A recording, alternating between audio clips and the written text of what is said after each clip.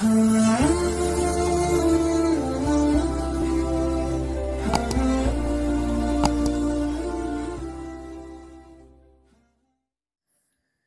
hamdalillah nahmaduhu wa nasta'inuhu wa nastaghfiruh wa na'udzu billahi min shururi anfusina wa sayyiati a'malina may yahdihillahu fala mudhillalah wa may yudlil fala hadiyalah. Asyhadu an la ilaha illallah wahdahu la syarikalah wa asyhadu anna Muhammadan abduhu wa rasuluh alladzi la nabiyya wa la rasula ba'da. Sini wa iyyakum bittaqwallah haitsu qalallahu ta'ala fi kitabil karim.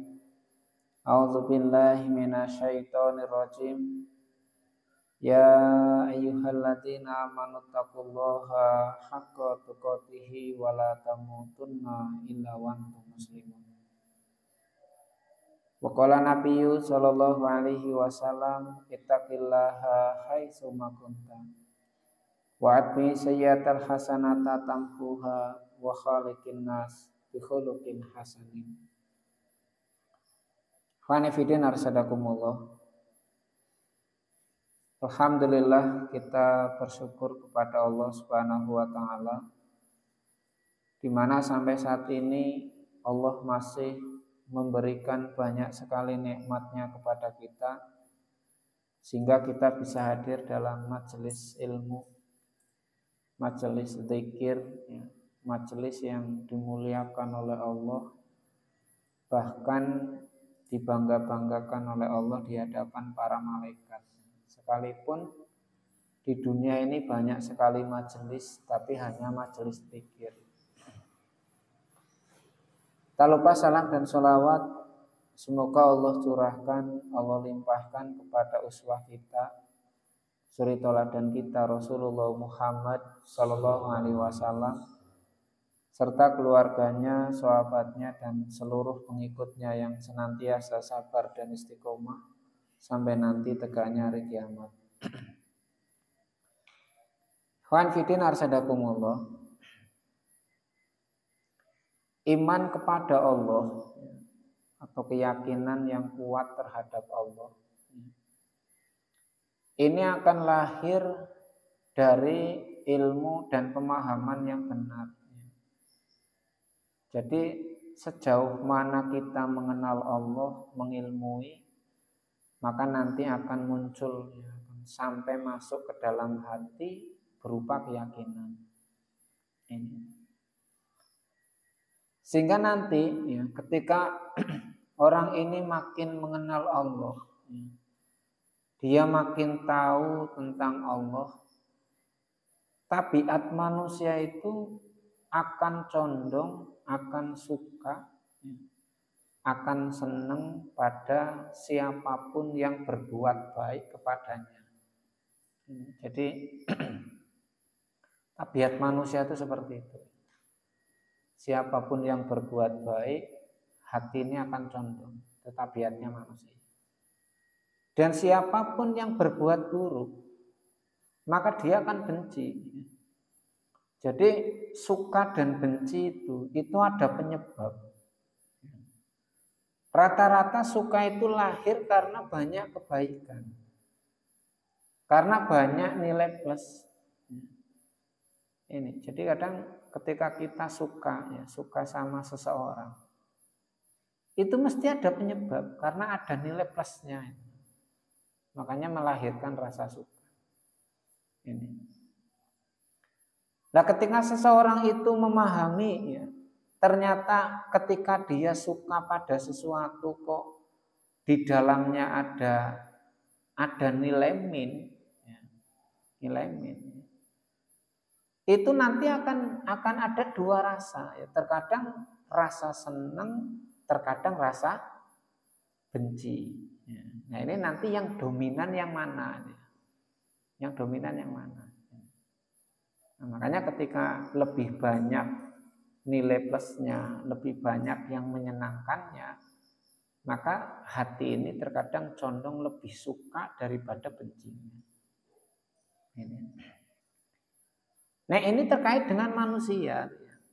Jadi kalau manusia saja yang sering berbuat baik, baik itu sikapnya, perilakunya, tutur katanya, maka sikap baik manusia itu akan menarik simpati. Akan menarik simpati sehingga orang itu banyak yang suka. Itu dari karakter yang baik. Belum lagi ditambah lagi dengan kebaikan yang berupa materi. Mungkin sering ngasih, sering bantu, sering nolong. Maka rasa cinta, rasa suka ini akan jauh lebih cepat. Ini. Nehwan fidin arsadakumullah. Kita ini terkadang kurang begitu mencermati, kurang menyadari bahwa kalau kita cermati kasih sayang Allah terhadap kita, kebaikan yang Allah berikan kepada kita, itu tidak pernah ada satu makhluk pun yang bisa mengimbangi. Satu contoh, di saat roh kita ini belum menyatu dengan jasad, sampai kemudian Allah memasukkan kita ke dalam jasad, kita nggak pernah punya andil, kita nggak pernah punya usaha. Apakah kita akan masuk menjadi ke rahim seorang laki-laki atau perempuan, nantinya kita terlahir menjadi perempuan atau laki-laki, kita nggak pernah punya andil. Atau kita ini akan masuk ke rahim ibu mana, akan lahir dari keluarga siapa, kita nggak pernah punya andil. Kemudian dari kecil, di saat kita terlahir, orang tua kita memberikan makan kepada kita dari sesuap dua suap masuk ke dalam tubuh, sampai dari bayi yang kecil tumbuh menjadi dewasa. Itu semua Allah yang ngatur itu ya. Semua Allah yang ngatur. Ini bukti kekuasaan Allah bahwa ketika seseorang diberi makan nasi tumbuh berkembang menjadi manusia, ketika nasi itu dimasukkan ke perut ayam tumbuh kembang menjadi ayam, dimasukkan ke burung juga tumbuhnya menjadi burung. Padahal dari makanan satu tapi bisa menumbuhkan yang berbeda. Kenapa ketika dikasih makan nasi manusia nggak berbentuk ayam, ayam nggak berbentuk manusia? Tetap sesuai, padahal satu jenis makanan. Ini kekuasaan Allah yang atur semua. Maka kalau kita cermati, dari awal itu kita sudah banyak sekali berhutang sama Allah, berhutang kebaikan. Banyak anak yang tumbuh terlantar, anak yang tidak dipelihara oleh orang tua, anak yang tersia-siakan, atau orang-orang yang mereka memang benar-benar sengsara dari awal. Tapi ternyata Allah banyak memberikan kebaikan sama kita. Sehingga kalau kita memahami ini, kita akan banyak tahu bahwa Allah sudah sangat baik sama kita. Terus ditambah lagi dengan betapa banyaknya kita sering mengalami kendala. Dari kecil mungkin sering sakit-sakit. Mungkin orang tua yang paling paham. Yang dikit-dikit ke bidan, bentar-bentar ke rumah sakit. Apalagi anak kecil yang sudah mengalami flek, sampai harus rutin setengah tahun. Ini ternyata apa? Kalau kita memahami itu ya, perjalanan manusia berobat di saat sakit, sampai Allah mempertemukan seorang pasien dengan dokter, dengan kondisi yang tepat. Itu siapa yang ngatur pertemuan itu, sehingga di saat penyakit itu datang dengan membawa rasa sakit yang begitu menekan, kemudian pas waktunya dipertemukan dengan dokter, dokter memberikan obat, obat itu bekerja, rasa sakit ini memudar. Siapa yang ngatur ini? Betapa banyak orang yang ketika mau berobat tapi terlambat. Betapa banyak orang yang berobat tapi obat itu seolah-olah kayak nggak kerja. Dikasih obat ini nggak ada perubahan, dikasih obat ini nggak ada perubahan. Berapa kali kita disembuhkan Allah? Berapa kali kita batuk Allah sembuhkan? Berapa kali kita pilek Allah sembuhkan? Berapa kali kita sakit kepala Allah sembuhkan? Itu kita sudah sangat berhutang. Ini dari sisi ini ya, belum dikaji semuanya. Artinya gini, kalau orang itu benar-benar menyadari bahwa begitu banyaknya kebaikan yang Allah berikan kepada kita, itu sebenarnya sudah cukup. Sudah cukup untuk menumbuhkan rasa cinta kita kepada Allah. Sudah cukup. Sehingga kalau kita ibadah berdasarkan rasa cinta, ini kan ringan. Kita tunduk berdasarkan rasa cinta kan ringan. Kita taat berdasarkan rasa cinta kan mudah. Sehingga ibadah itu rasanya ringan. Kenapa? Karena memang didorong dengan perasaan senang, rasa suka. Dulu ada kisah menarik seorang kakak beradik.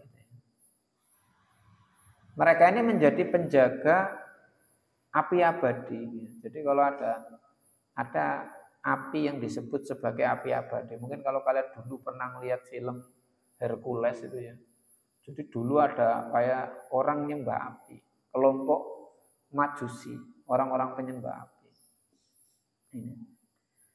Kakak beradik ini itu jaga api dan dia beribadah sama api.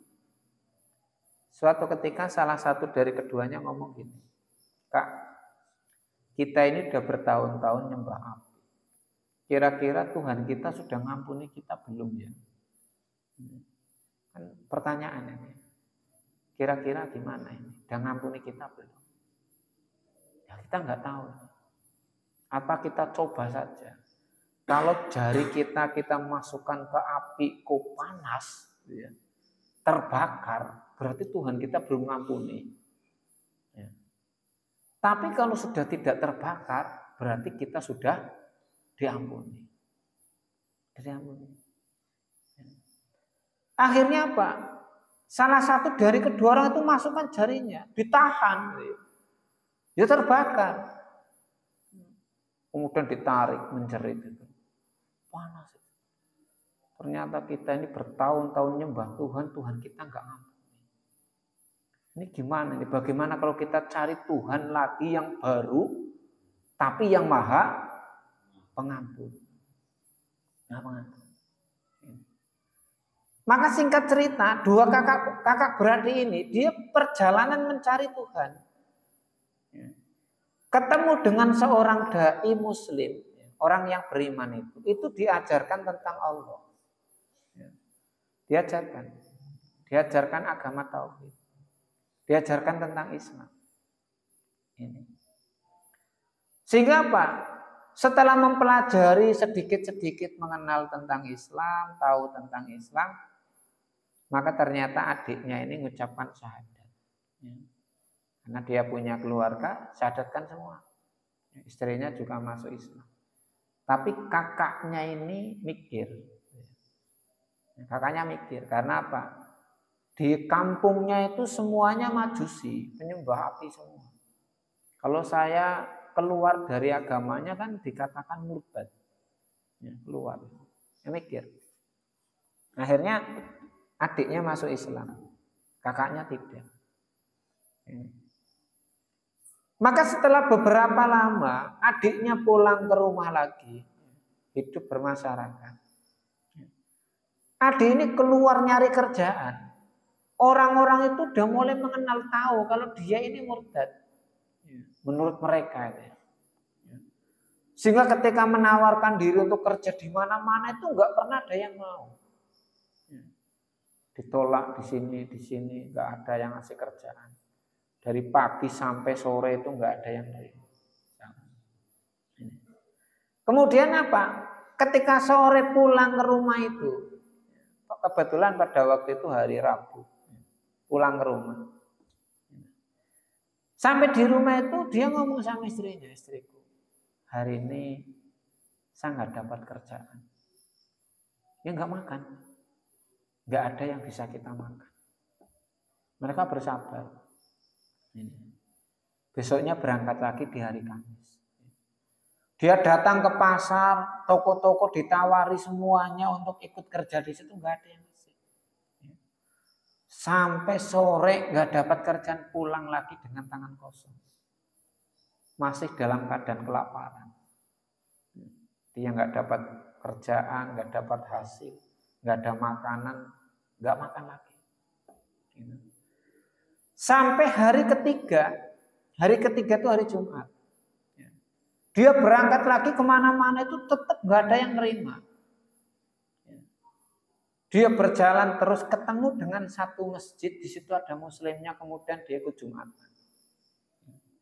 Setelah Jumatan dia berdoa, dia fokus.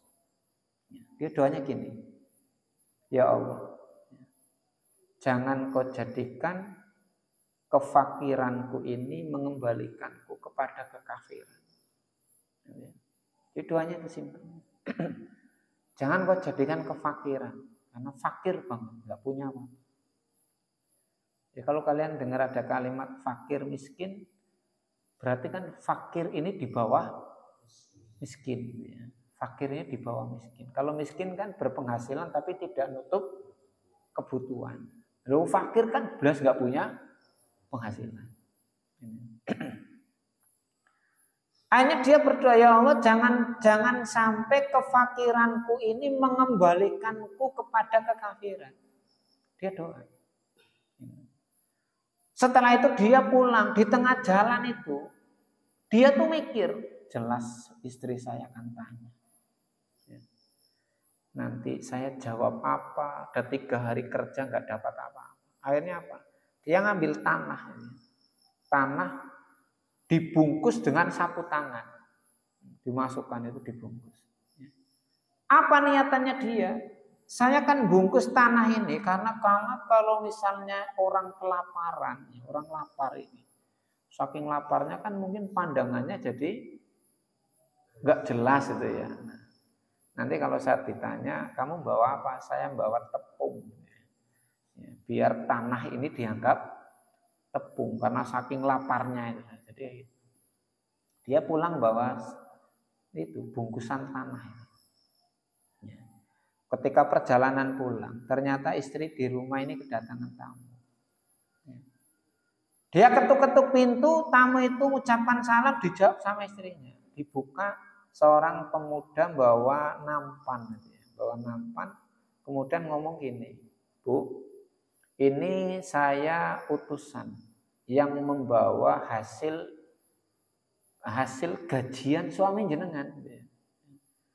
Jadi karena selama beberapa hari ini suami Anda ini bekerja, ini bayarannya diterima. Nampan tapi di atasnya tutupi, ada sapu tangan tutupi. Setelah itu pergi. Wanita ini masuk ke dalam, istrinya masuk ke dalam. Ketika dibuka itu dia kaget. Ternyata di nampan itu ada setumpuk uang emas, dinar itu. Kalau sini kan nggak ada uang emas ya. Sana uang emas kan biasa, uang emas itu. Kemudian dibolak-balik itu, emas itu sangat bagus banget. Jadi kalau emas murni itu ya, sehingga Pak dia ambil satu bawa ke tempat penjualan emas itu, jualan tanah. Ketika sampai sana itu pembelinya itu yang biasa jual itu sampai kaget. Ini emas dari mana? Emas ini kok murni, bagus.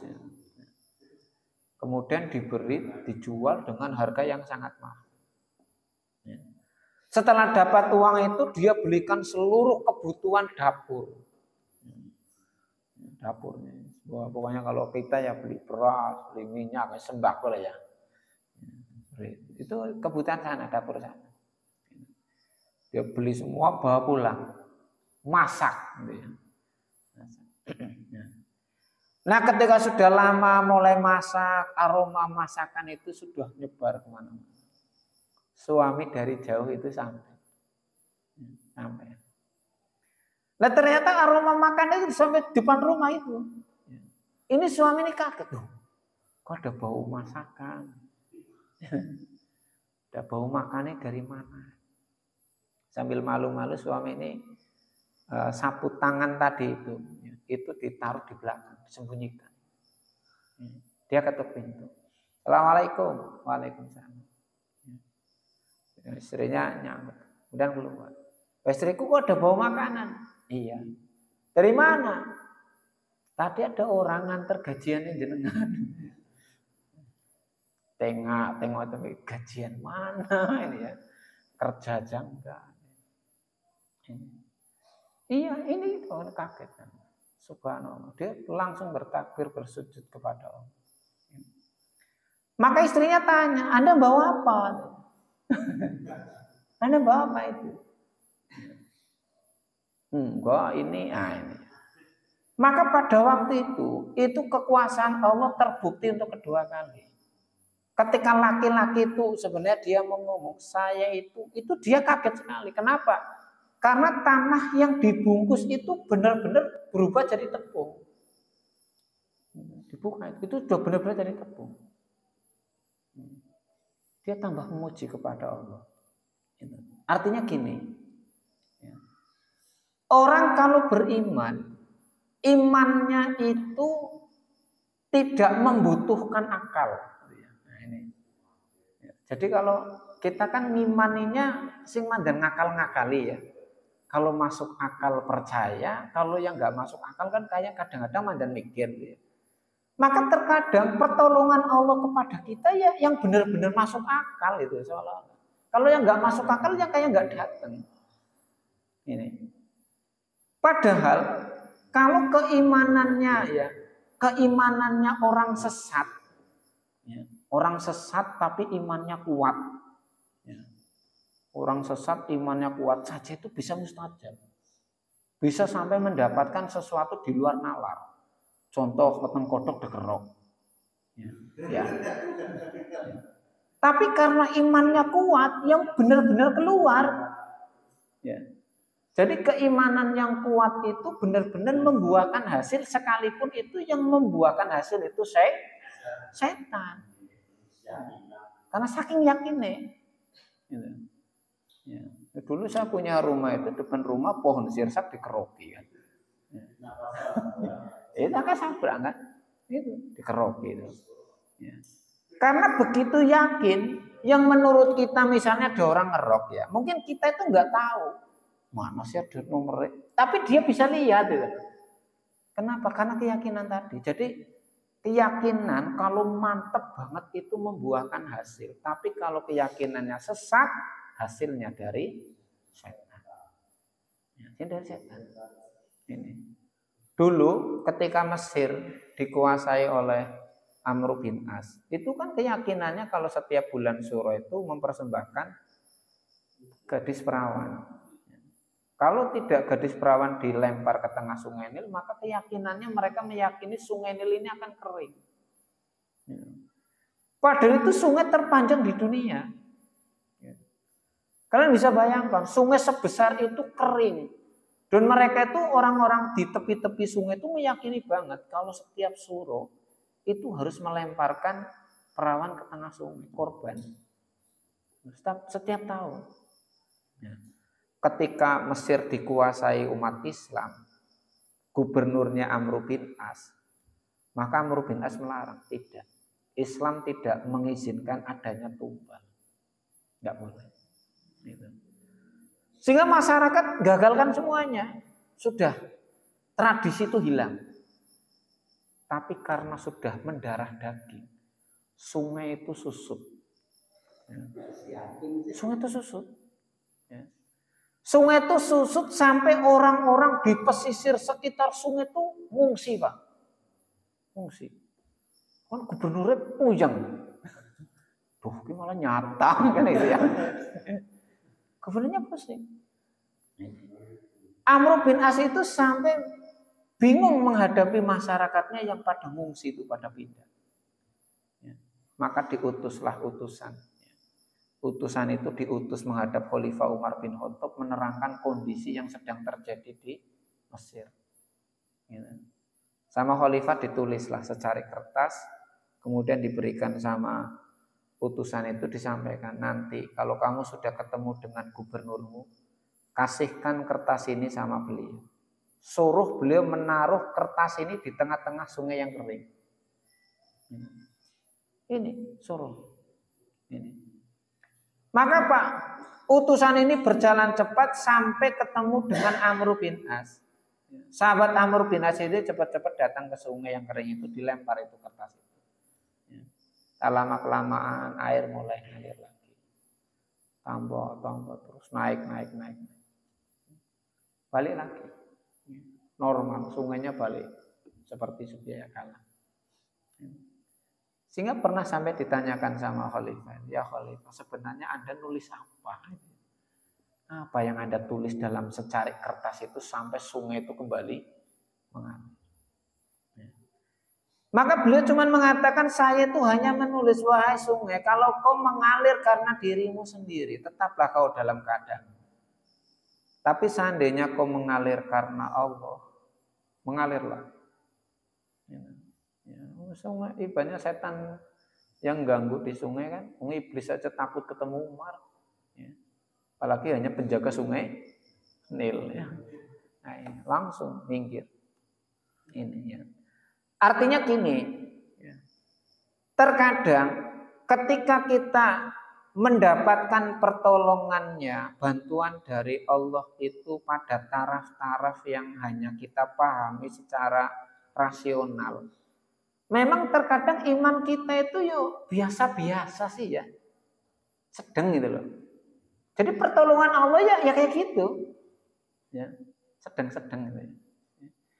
Tapi kalau iman terhadap Allah seperti tadi itu, saking yakinnya bangkong metu nomere, ya, itu kan di luar nalar, Pak. Ya. Kalau kita yakin terhadap Allah sampai sekuat itu, pertolongan Allah sama kita pun akan di luar nalar. Itu. Ya. Masalahnya ini, jadi mengimani Allah sampai tingkat di atas rata-rata itu butuh ilmu. Ya, butuh ilmu. Ini. Nah, ikhwan fillah harsadakumullah. Ya. Maka dari inilah, ketika seseorang itu sudah memahami tentang betapa baiknya Allah, sampai orang itu lahir rasa suka, rasa cinta sama Allah. Maka dari rasa cinta ini nanti akan menumbuhkan 3 rasa. Orang yang cinta kepada Allah itu akan merasakan 3 hal. 1, orang ini akan merasa tentrem. Tentrem. Jadi kalau sama Allah zikir itu rasanya tenang. Kenapa? Gimana nggak tenang? Karena dia mengingat yang disenangi. Artinya tentrem. Ketika dia membaca Asmaul Husna, tentrem. Membaca kalimat thayyibah, tentrem. Membaca Al-Quran, tentrem. Ngaji, tentrem. Zikir, tentrem. Kenapa? Karena yang diingat itu Allah. Tapi kalau kita mengingat selain Allah, itu pusing kita. Kita banyak pikiran. Sehingga di saat kita bangun tidur, itu yang diingat pertama kali Allah. Alhamdulillah. Biar tentrem. Tapi terkadang bangun tidur itu doa itu lupa. Nggak dibaca. Baru ucapan tentrem. Kemudian yang kedua, orang ini akan ketika memang dia itu senang, nanti akan ada rasa ridho. Kalau orang senang, itu yang disenangi memberikan keputusan apapun ridho. Karena yang disenangi. Makanya ketika Allah memutuskan ini, Allah memberikan ini, Allah mentakdirkan ini, dia ridho. Kenapa? ridho dengan keputusan zat yang dicintai. Ridho. Dan sampai yang terakhir orang ini akan tumbuh rasa syauq, rindu. Nah, ini kalau udah dalam. Makanya cinta sama Allah itu bukan hal remeh, tapi lahir dari pemahaman yang dalam, perjuangan yang maksimal dalam mendekat kepada Allah sampai tumbuh rasa cinta. Jadi enggak seketika tirakat sebentar langsung cinta sama Allah, tidak. Itu butuh perjuangan. Ini. Makanya kalau orang sudah sampai perasaan seperti ini, kedekatan dia sama Allah. Orang itu kalau sudah dekat banget sama Allah, minimal dosanya itu sedikit, itu pengaruh dalam doa luar biasa. Pengaruhnya luar biasa. Makanya dulu ketika Nabi Musa dan umatnya itu mengalami paceklik panjang, maka Nabi Musa itu mengumpulkan semua Bani Israel itu dikumpulkan dalam satu lembah. Karena paceklik, nggak hujan, nggak turun-turun sampai tanaman-tanaman mati, binatang-binatang pada mati. Kalau kita mengadakan sholat istisqa, tapi Nabi Musa itu zikir bersama, doa bersama. Ketika mereka berkumpul dalam satu tempat, Nabi Musa berdoa. Berdoa itu minta hujan. Tapi malaikat turun, kemudian mengatakan gini, wahai Nabi Musa, bagaimana Allah akan menurunkan hujan, sementara di tengah-tengah umatmu ada satu orang yang bermaksiat selama 40 tahun tidak ketahuan, sampai sekarang belum taubat. Nah, itu ada satu orang ini. Gara-gara dia langit menahan air hujan, gak turun. Langsung seketika Nabi Musa bangkit teriak, siapa di antara kalian yang selama 40 tahun bermaksiat sampai sekarang belum tobat, berdiri. Disuruh berdiri. Kemudian bertobatlah. Semua orang diem. 40 tahun kan itu ya. Ya kalau mungkin sekarang sih ya wajar, misalnya umpet-umpetan nonton di HP mungkin ya, bisa di kamar ya. Mungkin maksiat nggak ketahuan, atau orang pada selingkuh nggak ketahuan. Kalau zaman dulu kan apa kan kita nggak tahu. Ini. Maka ternyata apa itu orang pada diem. Lah pelaku itu dalam hati mikir, ya Allah, apa saya ya? Apa saya?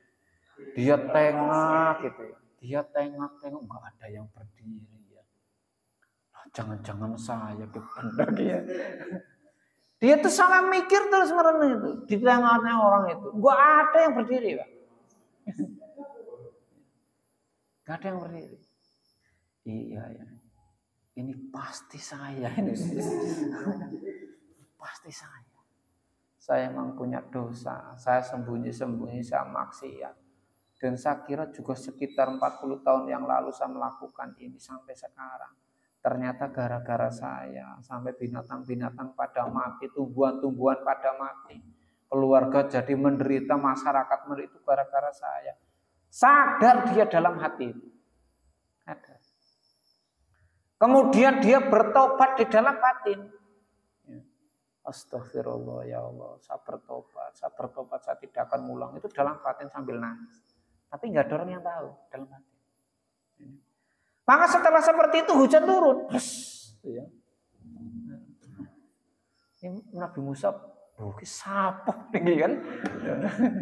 Ini belum ketahuan kok ternyata sudah turun hujan. Ketika malaikat datang, Nabi Musa tanya, wahai malaikat Allah, ketika kau tadi sampaikan bahwa ada di antara kami ini yang melakukan maksiat selama 40 tahun. dan belum bertobat sampai menyebabkan air hujan tertahan.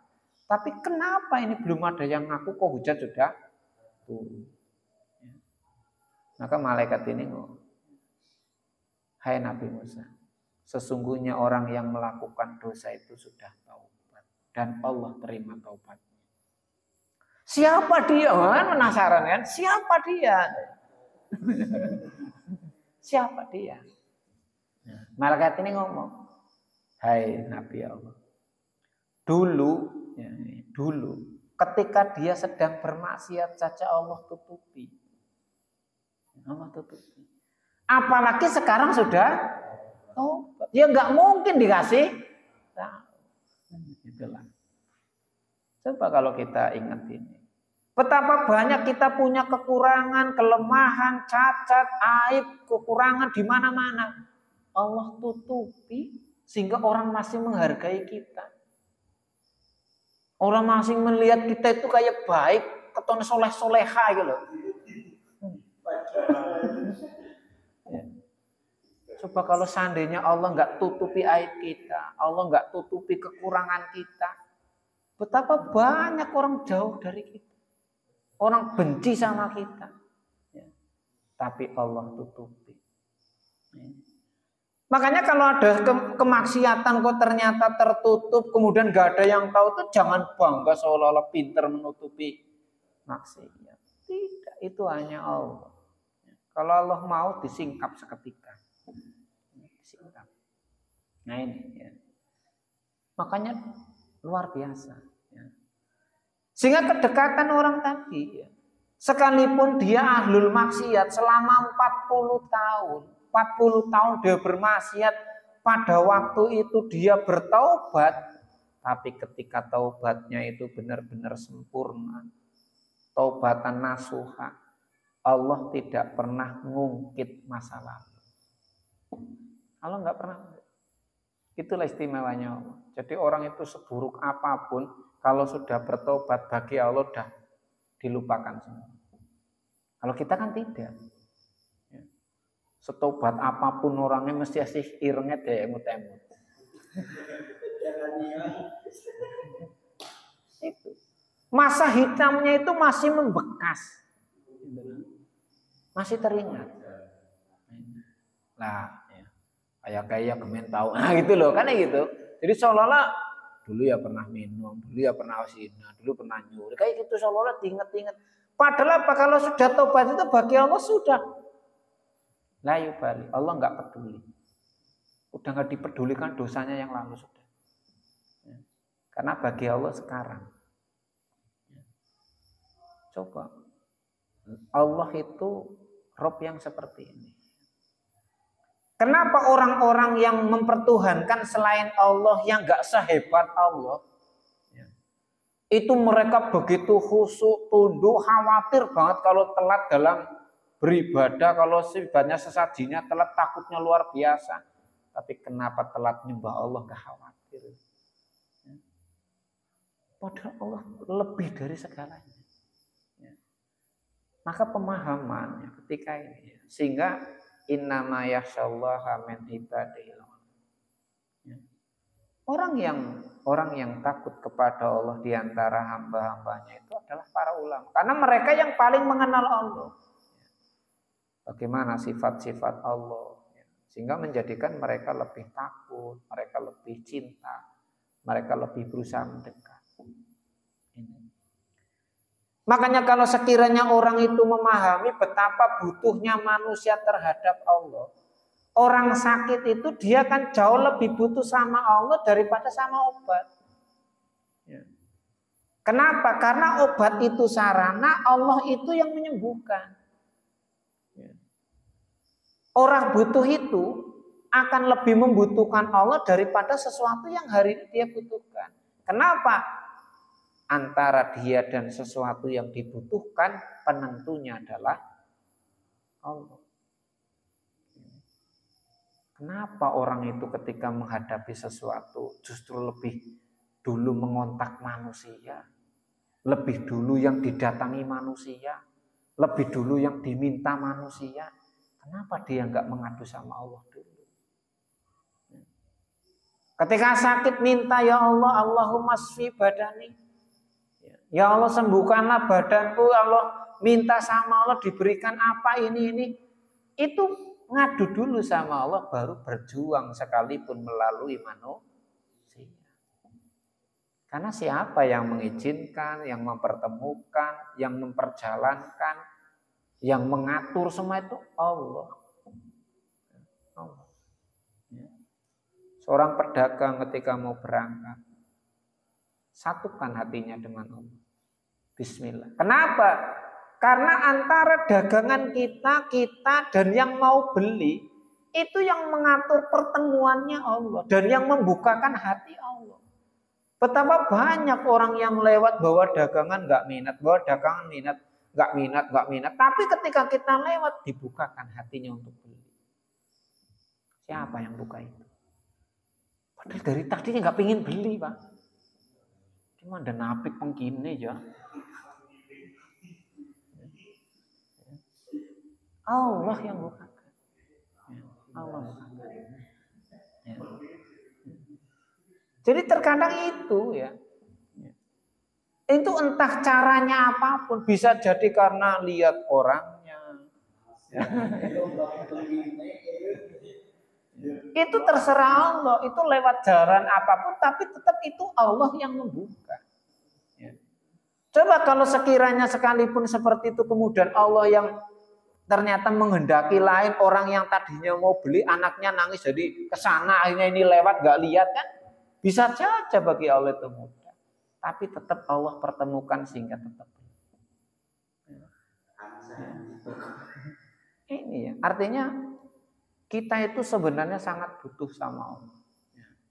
Dimanapun, kapanpun, dalam kondisi seperti apapun, kita ini butuh Allah. Ketika ada hajatan, ada acara, ada apa, kita butuh Allah. Kadang minta, ya Allah, moga-moga terang. Siapa yang atur hujan? Allah. Ya Allah, semoga nggak ada halangan. Ternyata kalau misalnya di tengah-tengah perjalanan ada ini, ada kendala ini. Bukankah kerepotan itu akan kita rasakan di mana-mana? Tapi ternyata terkadang Allah mudahkan. Oh ada masalah, ya ada aja orang yang datang menyelesaikan. Oh ada kendala, ada aja yang bisa ngatasi. Siapa yang mendatangkan ini? Ya.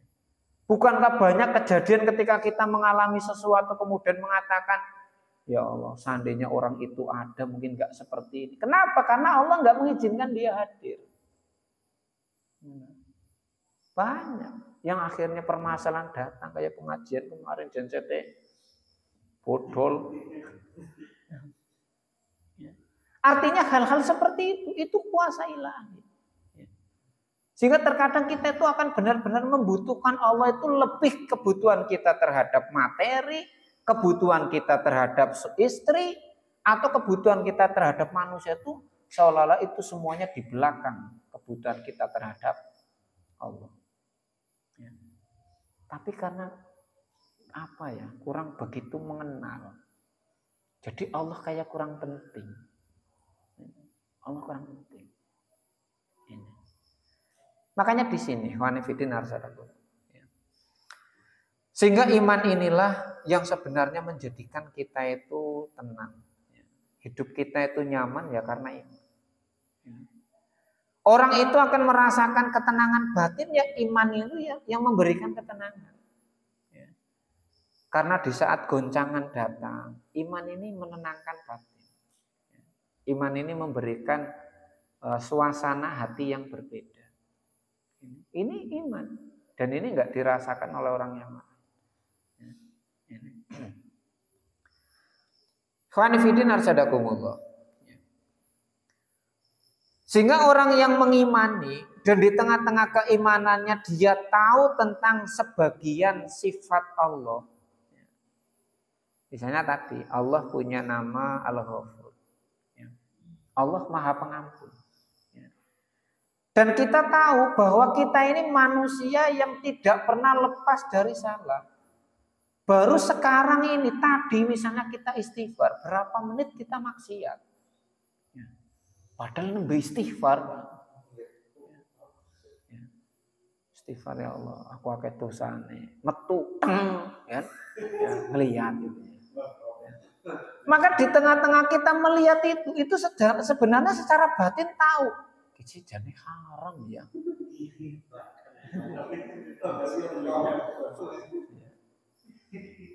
Jadi di tengah-tengah dia antara ngelihat dengan istighfar itu ada dua dorongan. Jadi mau istighfar eman-eman ya kan itu. Karena dorongan nafsu itu. Kita tuh di antara dua tadi itu. Sehingga rasa berat kita ya. Karena kita ini tadi kadang di satu sisi kita nyesal dosa. Tapi di sisi lain kita seolah-olah kayak menikmati dosa. Nanti dibawa lagi dalam satu situasi lagi kita menyesal lagi. Kita itu suasana hatinya kayak gitu. Kadang menikmati dosa, kadang menangis dengan menyesali kesalahan terus berputar. Tapi ini lahir dari pemahaman. Ketika kita memahami bahwa Allah itu Maha Pengampun, itu yang menjadikan kita itu merasa tetap pede untuk minta ampun. Coba kalau kita tidak memahami Allah Maha Pengampun, mungkin kita putus asa. Nah, kayaknya aku suara dampuni orang. Suara wiri. Itu bisa. Atau bisa jadi seperti itu, malah muncul rasa peremehan. Peremehan. Sampai-sampai seolah-olah orang itu malah meremehkan dosa karena menganggap Allah itu Maha Pengampun. Ini karena dia memahaminya hanya satu sifat. Jangan dikira Allah cuma Maha Pengampun. Di sisi lain itu Allah itu syadidul iqab. Allah itu siksanya keras. Ini. Seharusnya ketika muncul perasaan bahwasanya Allah Maha Pengampun, Allah Maha Pemaaf, maka apa? Ayat ini harus kita renungkan ini. Jadi ketika Allah sampai berfirman gini. Innallaha la yaghfiru ayyushraka bihi wa yaghfiru ma duna dzalika liman yasha. Sesungguhnya Allah tidak akan mengampuni dosa syirik. Allah tidak akan mengampuni dosa syirik. Artinya apa? Kalau ada orang mati masih membawa syirik, itu nggak akan diampuni. Tapi kalau dia masih hidup, kemudian taubat, diampuni. Jadi kalau mati membawa syirik nggak diampuni. Orang yang mati membawa syirik itu syafaat hilang semua. Sekalipun anaknya penghafal Quran, jangan mengharapkan dapat mahkota. Ubar mahkotane. Musyrik mahkota dari mana? Nah ini. Maka orang sesungguhnya Allah tidak akan mengampuni dosa syirik.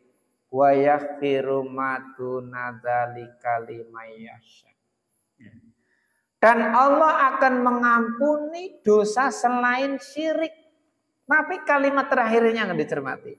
Limayasya. Bagi siapa yang dikehendaki. Memang ada kemungkinan. Semua dosa selain syirik. Kalau orang itu mati kok membawa dosa selain syirik. Itu ada kemungkinan diampuni. Cuman permasalahannya itu bagi yang dikehendaki itu loh. Ini. Apakah tipe-tipe orang yang meremehkan ini dikehendaki?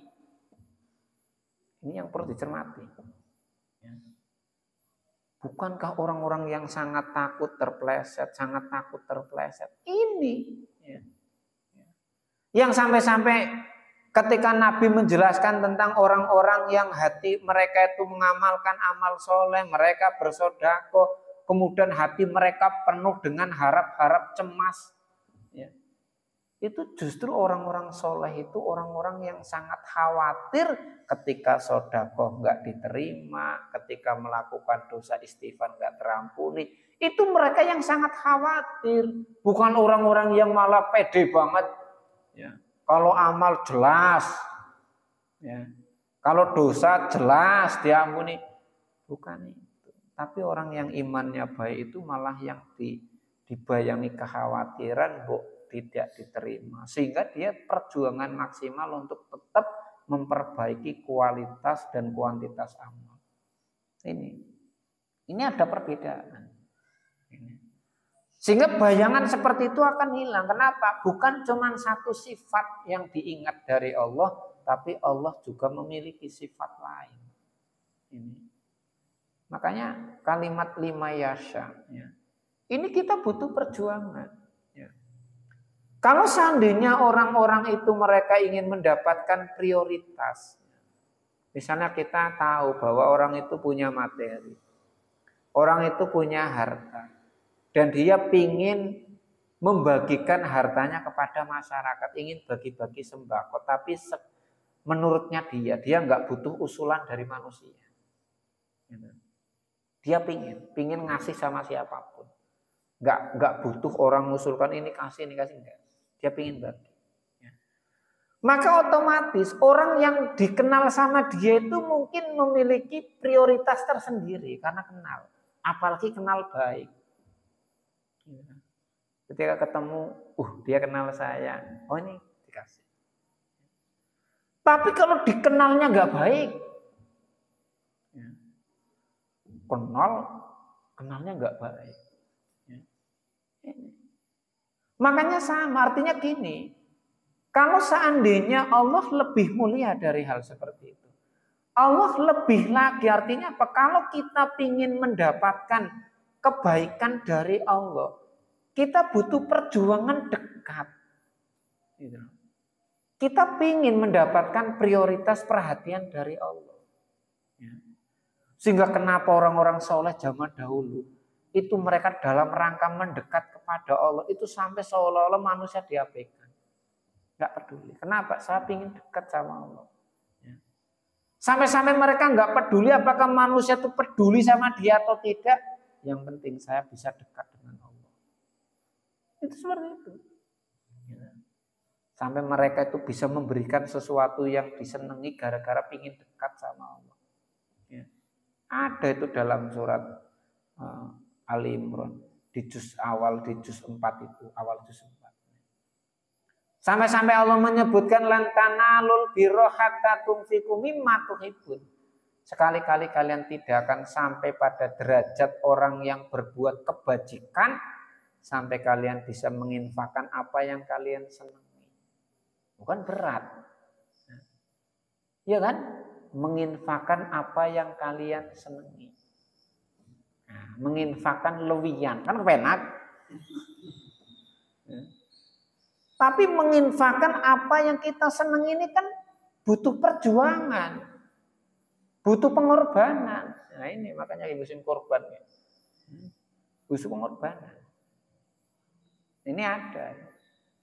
Maka ketika seseorang sudah ada upaya, ketika kita tahu kita butuh Allah, kita sangat membutuhkan Allah lebih dari segalanya, yaitu butuh perjuangan. Ini ya. Nah, poin yang paling penting, Allah itu memahami kita itu melebihi manusia. Kadang manusia itu kan penilaiannya beda-beda.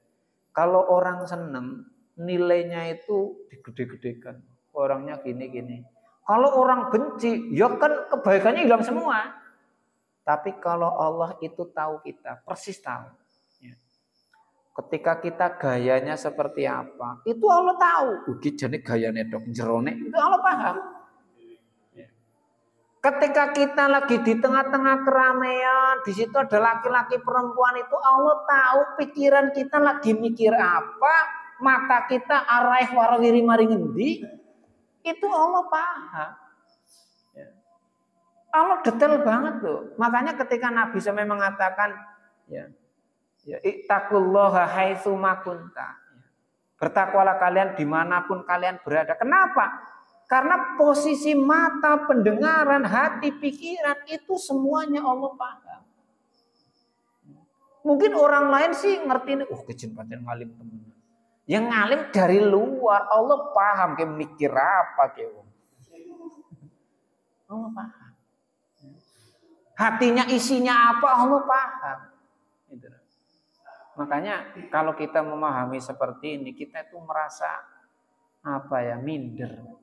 Ya. Apalagi sampai dikatakan wong suci, wong soleh, rasanya soleh apa nih? Ya. Kita merasa minder, Pak. Ya. Nah ini ya. Nah ini khwanifidin arsadakumullah. Maka mari ya kita sama-sama membersihkannya. Bersihkan pikiran-pikiran negatif. Ya. Bahkan sampai ada nasihat yang paling berharga itu, ulama salaf sampai mengatakan gini, kalau kamu keluar rumah, kamu jangan pernah keluar rumah kecuali kamu memiliki anggapan orang lain itu lebih baik dari kamu. Sudah. Ya. Nanti kita akan tawadu, nggak akan muncul rasa sombong. Seperti apapun mungkin dia dilihat kita seperti itu, tapi bisa jadi dia punya kebaikan yang saya tidak ketahui. Mungkin dia tahu kita seperti ini, tapi dia nggak tahu kalau saya punya keburukan yang satu. Nah ini makanya kita saling evaluasi, istighfar, minta ampun kepada Allah. Insya Allah ketika kita tulus benar-benar mengakui kesalahan dan meyakini Allah yang bisa mengampuni, pasti Allah akan mengampuni.